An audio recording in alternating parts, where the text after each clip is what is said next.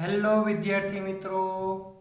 In this lecture we will discuss about application of Gauss law. First point is the field around a infinite line of charge. કે કોઈ એક infinite line ઉપર charge continuously distribute થયેલો હોય તો એની આજુબાજુમાં create થતી electric field વિશેની વાત કરવામાં આવશે.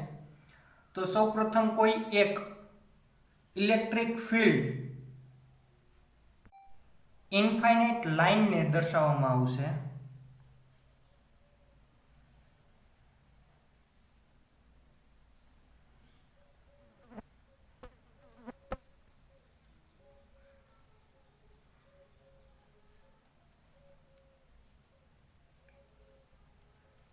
infinite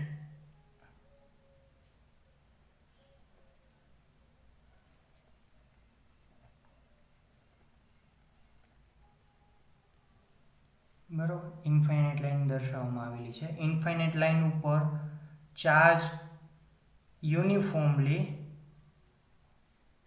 ડિસ્ટ્રીબ્યુટ થયેલો છે.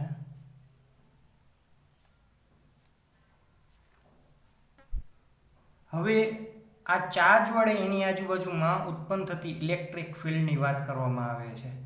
તો ઇલેક્ટ્રિક ફિલ્ડ મેળવવા માટે આપણે ગોસ લોનો ઉપયોગ કરવામાં આવશે. તો ગોસ લોનો ઉપયોગ કરતા પહેલા આપણે એટલી ખબર હોવી જોઈએ કે સૌપ્રથમ ગાઉસિયન સરફેસ દોરવામાં આવે છે. આ લાઇનથી આર અંતરે આવેલા કોઈ પોઈન્ટ પી ઉપર ઇલેક્ટ્રિક ફિલ્ડની વેલ્યુ મેળવવા માટે હું શું કરીશ તો કે પી પોઈન્ટને આવરી લેતું એક ગાઉસિયન સરફેસ દોરીશ. આપણે જે વાયર છે એ વાયરનો શેપ સિલિન્ડર શેપ હોવાથી આપણે ગાઉસિયન સરફેસ સિલિન્ડર શેપનો દોરીશું.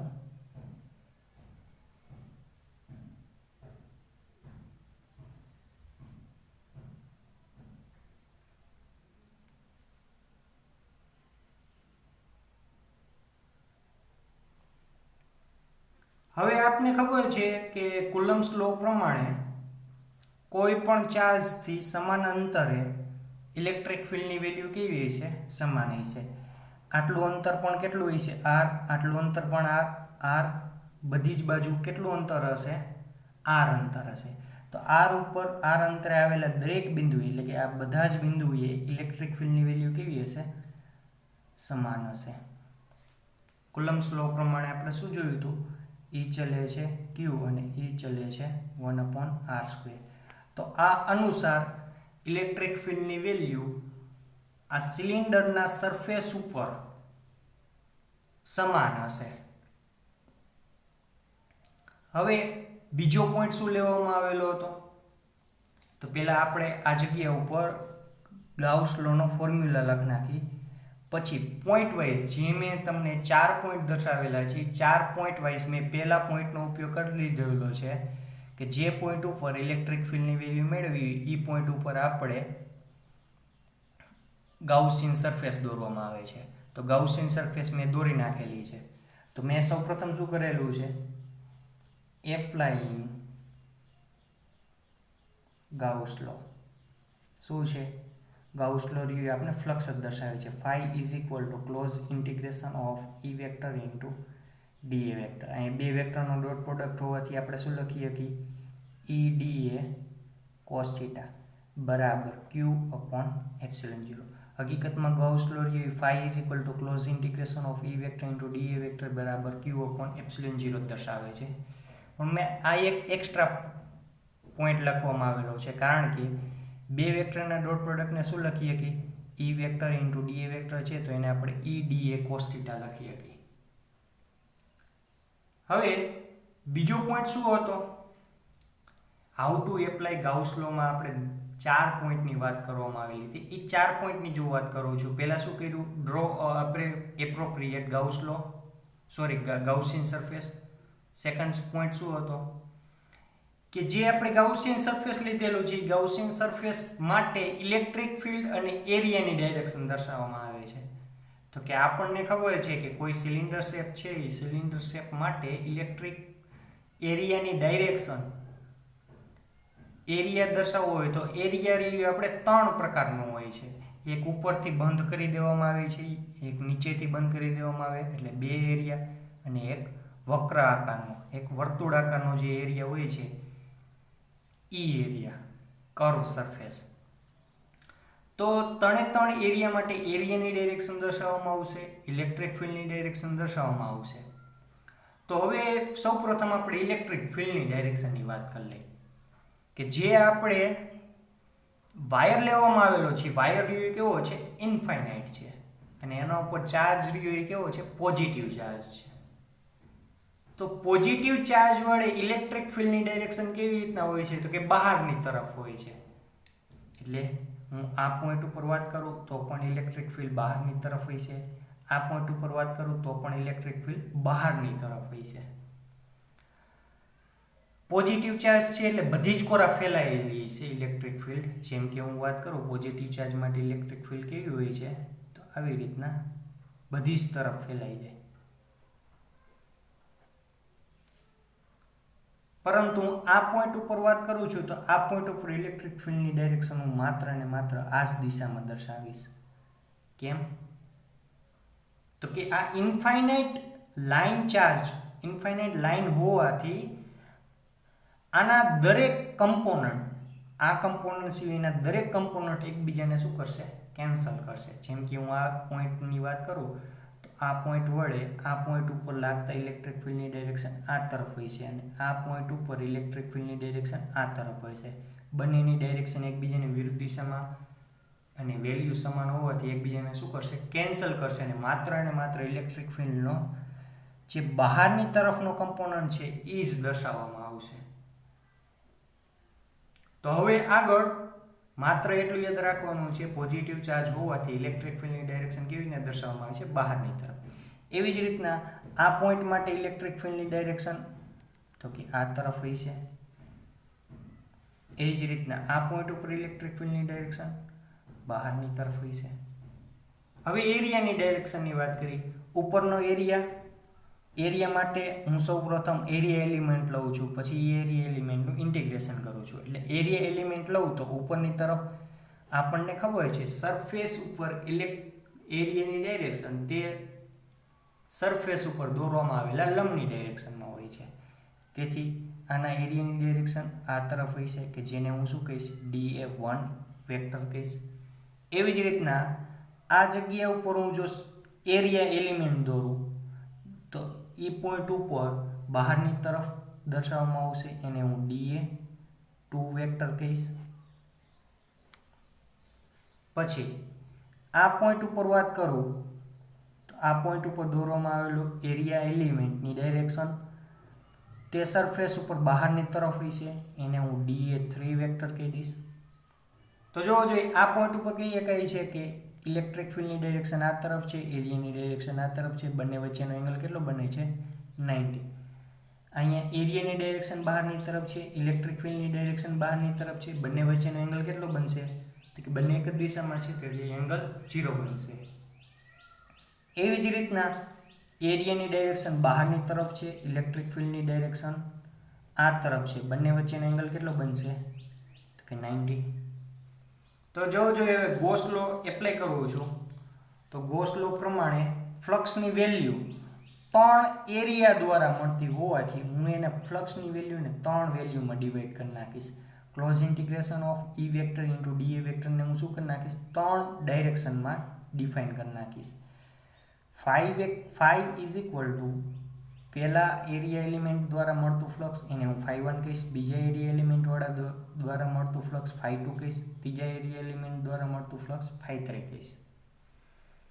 જો પહેલા માટે હું વાત કરું તો E integration of E into DA into cos theta. ઉપરના સરફેસ દ્વારા મળતા ફ્લક્સની વેલ્યુ મેળવી હોય તો હું શું કરવું પડે? E into D area element, પહેલો એરિયા એલિમેન્ટ છે તેથી DA1 into cos theta plus બીજા માટે E into DA2 into cos theta plus ત્રીજા એરિયા માટે તો કે E into dA3 into cos theta બરાબર integration of E into dA1 બંને વચ્ચેનો એંગલ કેટલો છે?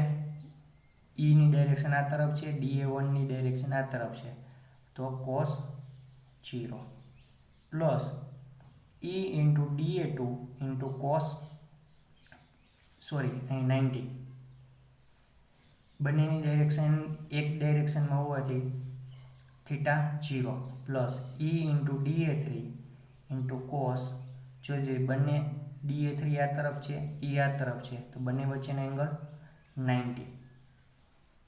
હવે આગળ cos 90 0 cos 90 0 અને cos 0 શું થઈ જશે? 1 થઈ જશે. તો ફ્લક્સ ફાઈની વેલ્યુ કેટલી મળશે? Phi is equal to integration of આ 0 થઈ જશે, આ 0 થઈ જશે, વચ્ચે શું? E ઇન્ટુ dA2 અને cos 0 1. હવે આગળ આપણને ખબર છે ફ્લક્સની વેલ્યુ મેળવી લઈ લીધેલી છે. હવે આગળ શું કરવાનું છે? QENC અપોન એપ્સિલોન 0 સાથે સરખાવવાનું છે. QENC upon epsilon 0. હવે આગળ શું કરવાનું છે? QENC ની વેલ્યુ મેળવવાની છે. આપણને ખબર છે QENC શું દર્શાવે છે? Total charge enclosed by Gaussian surface. કેટલું હોય છે? તો total charge enclose by Gaussian surface મેળવવા માટે હું શું કરું છું? તો કે જે આપણે ગાઉસિયન સરફેસ દોરેલું છે એ ગાઉસિયન સરફેસનું લેન્થ લઈ લઉં છું. એની લેન્થને હું ધારો કે આ જે સિલિન્ડર શેપ છે એની લેન્થને હું L લઈ લઉં છું.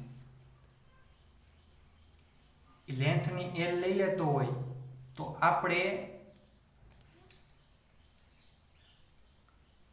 કન્ટિન્યુઅસ ચાર્જ ડિસ્ટ્રીબ્યુશનમાં જોયું તો 3 પ્રકારની ડેન્સિટી હતી. એક line charge density, surface charge density અને વોલ્યુમ ચાર્જ ડેન્સિટી. આપણે અહીં લાઇન ઉપર પથરાયેલું હતું. લાઇન ચાર્જ ડેન્સિટીનો ઉપયોગ કરી તો શું થઈ જશે? Lambda is equal to line charge density lambda is equal to QENC by L. L લેન્થમાં પથરાયેલો ટોટલ ચાર્જને હું શું કહી દઉં છું? QENC. અને એને શું કહેવામાં આવે છે? Line charge density lambda. તો QENC બરાબર શું થઈ જશે? તો કે લેમ્બડા ઇન્ટુ L. તો જોવો જોઈએ ફર્સ્ટ પોઈન્ટ મેં વેરીફાઈ કરેલો છે. પહેલાં શું કરેલું છે? ગાઉસિયન સરફેસ દોર્યું. બીજું શું કર્યું મેં? તો કે ગાઉસિયન સરફેસ દોર્યા પછી E અને એરિયા એલિમેન્ટની ડાયરેક્શન ફાઇન્ડ આઉટ કરી. પછી ત્રીજો પોઈન્ટ શું કરેલો છે? તો કે ટોટલ ચાર્જ મેળવ્યો. ટોટલ ચાર્જ કેટલો મેળવ્યો? QENC is equal to lambda into L. Line charge density લેમ્બડાનો ઉપયોગ કરીને. તો હવે આને ઇક્વેશન નંબર 1 કહી દઉં છું, ઇક્વેશન નંબર 2 કહી દઉં છું. તો ઇક્વેશન 2 ને ઇક્વેશન 1 માં સબસ્ટિટ્યુટ કરતા ફ્રોમ ઇક્વેશન 1 and 2 1 અને 2 પરથી શું કહી શકીએ છીએ આપણે? તો કે phi is equal to integration of E into dA2 બરાબર QNC બરાબર શું લખીએ કે lambda into L upon epsilon 0. હવે જોવો જોઈએ E ને આપણે 12 લખી, કારણ કે આપણને ખબર છે આ ડિસ્ટન્સ ઇલેક્ટ્રિક ફિલ્ડની વેલ્યુ કેવી છે? કોન્સ્ટન્ટ છે. પહેલા જ મેં કહી દીધેલું છે. હવે dA2